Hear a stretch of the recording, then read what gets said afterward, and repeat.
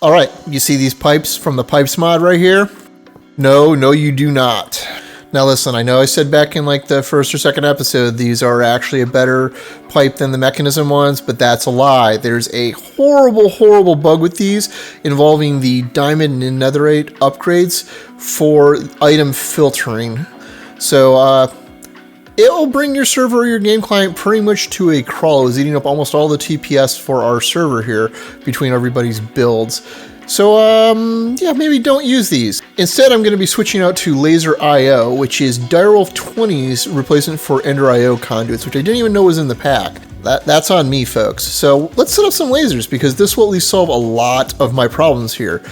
Because Laser IO can access all of the faces on the block it's connected to. So for anything that's sided, you can, like a furnace, you can do the top and the side and the bottom all in one thing for input and output. You can also do power output in the same spot and fluid output. So just like I'm using the ultimate cables down there, I can now put the power ones in as well. All right, and lasers achieved. Yeah, I know, I put the pipes back in on top of, for the combs. I can replace those if I move them around and put the combs somewhere else for storage, because now I can put them in with Laser IO if I want, or just use hoppers or whatever.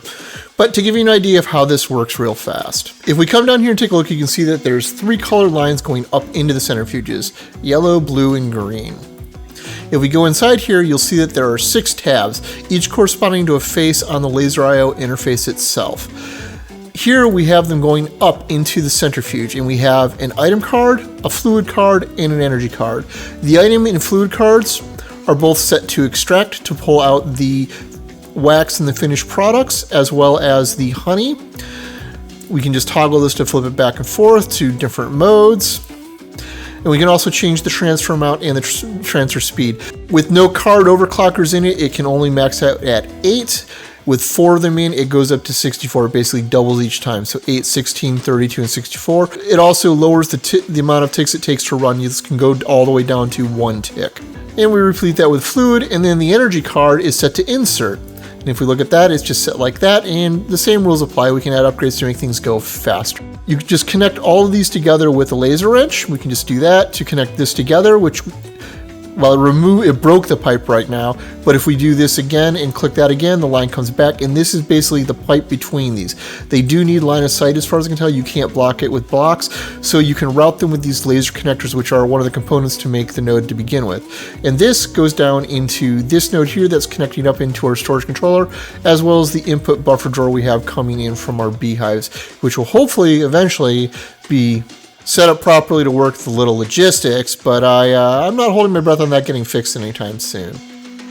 If we come down to this other end here, you can see that these are connected like this and goes into the tank to dump fluid in via the blue line and to extract power via the red one up here. And coming in here, you can see that we are on the east tab here, because that's the facing that connects to the battery. So all in all, a relatively elegant solution that replaces Ender IO conduits.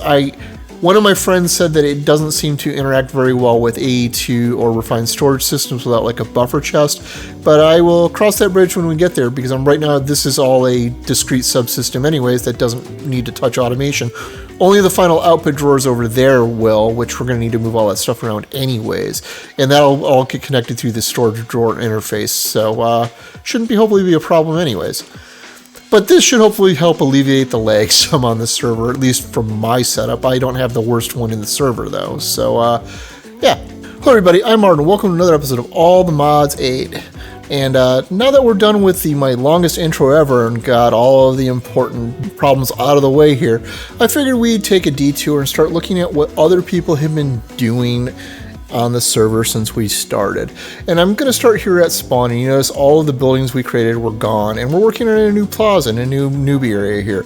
Obviously still work in progress, and everything's torn down, but we're working on it. So far this design has mostly been done by Wraith, with some contributions from me and Raka and a few other people on the server, and we've just mostly got the open plaza area here started. There's going to be buildings surrounding all of it eventually, you know, once we figure out what we're going to do and actually do it. And I've started on a wall back there that will eventually encompass the whole island. that is a work in progress. We're not going to go even closer to it because I'm not happy with how it is right now.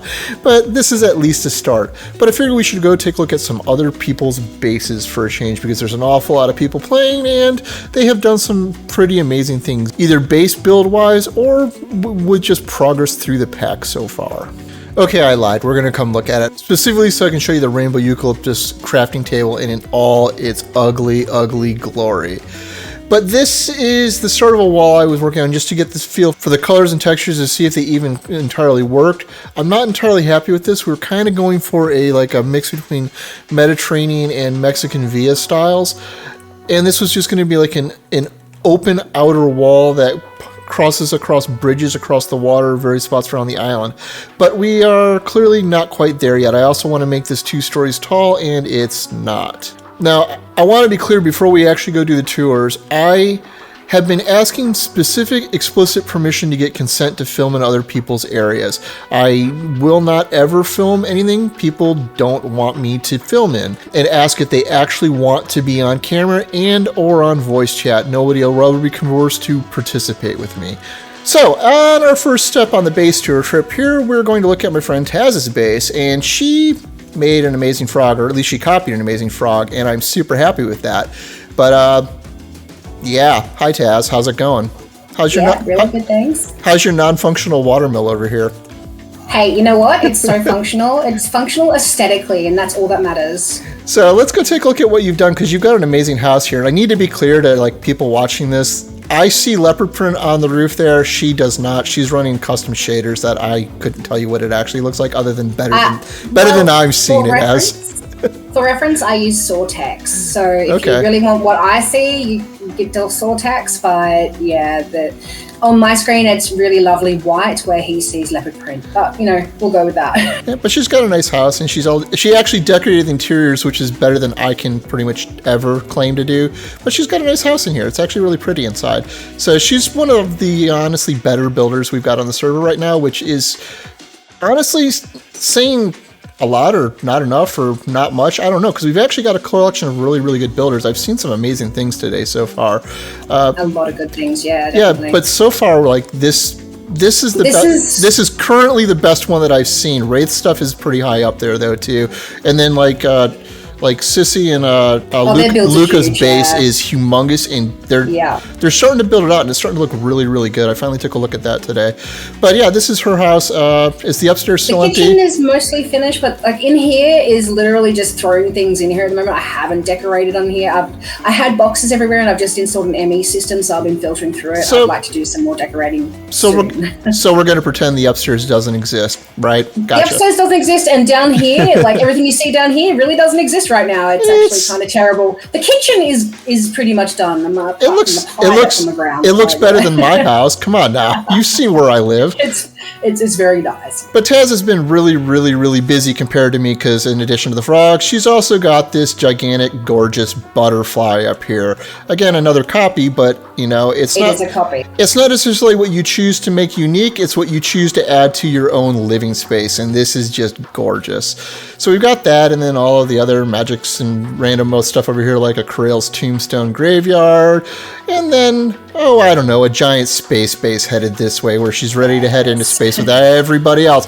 And I feel like I'm one of the last people to head there, because I have B and B related accessories, folks. I don't have technology. I don't have rockets. I can barely fly with a jetpack right now. And she's got a car. How do you have a car? Oh, Ben, I've run you out. Sorry. Woman driver coming through. Oh gosh, but yeah, this is actually one of the more impressive builds so far, and she's not even done. You can see the big, huge empty lawn. Oh yeah, absolutely. And when she's got a hedge maze over here, all work in progress stuff. Very, very pretty, very, very impressive. So thanks for showing me around, Taz. This has been a lot. You made flags of yourself. You made flags of yourself. Yes, I did. Everyone just has to know who lives here. Oh, well, thank you for showing me around, Taz. I really appreciate it. I'm glad you stuck around here. All right, have a good afternoon. Next up is one of our intrepid adventures into space, Toni here, who is building a absolutely ridiculously sized skyscraper on the planet Glacio, along with a few other people out here. And this is giving me terrifying flashbacks to Glacial Awakening, folks. Y'all find it pretty, I have trauma. But let's go take a look at this, because Toni is building big, like hundreds of thousands of concrete big. It is just absolutely absurd, and he was planning on going up to, I believe, the height limit with this thing, to which I only can say is, only to the ceiling, Toni? Not all the way down to bedrock too? Really? Well, unfortunately, I was not able to get as many people's bases filmed as I would have liked. Schedules just weren't properly lining up while I was trying to get this filmed, and it was just a busy week for me, honestly. Because I really do want to highlight a couple other very special people, because there are some people who have gotten super far into this mod pack already. That just makes me look like I'm really, really slow and pathetic, because I kind of am. I just don't have much free time. But I guess we'll go take a look at what I've managed to accomplish over the time while we've been doing this, though, because I did manage to clean up some of this base some and finally come settle in on a look I like for at least this room. I did punch it out a little bit. The drawer controller sitting here in the middle of the floor in this area right here. I kind of like the green with the grays in this room. Although, as my server admin pointed out, it with the red kind of makes this look like a Christmas factory of some sort. But we're just going to live with that and call that good enough. I managed to hide all the laser I/O cabling back behind the wall here. I will probably hide this entrance either with abstrue blocks from Botania at some point, or with just a standard piston door there, but they're all hiding back here, and I've got this little ugly walkway behind so I can at least access things without hole punch here through for just general use right now. I still am using some of the general item pipes for now, because while they're a problem when upgraded, it really only has to do with the diamond and netherite upgrades, which add the filtering and connecting those to very large inventory sources, like say a big huge drawer network or AE2 or something. So they're still fine to use for the most part, just don't upgrade them or expect you get high speeds out of them when connecting them to something big. You're better off using laser IO or something, or modular routers or something like that anyways, which has a much higher throughput and tick rate. So, alright, so this video has already run surprisingly long, much longer than I had expected, so maybe more base tours shouldn't have been on the menu anyways. If you're considering joining us, the link to our Discord should be below, or on the description of the video, or on the About page for my channel. As always, I'm Ard. Thank you for watching, and have a nice day.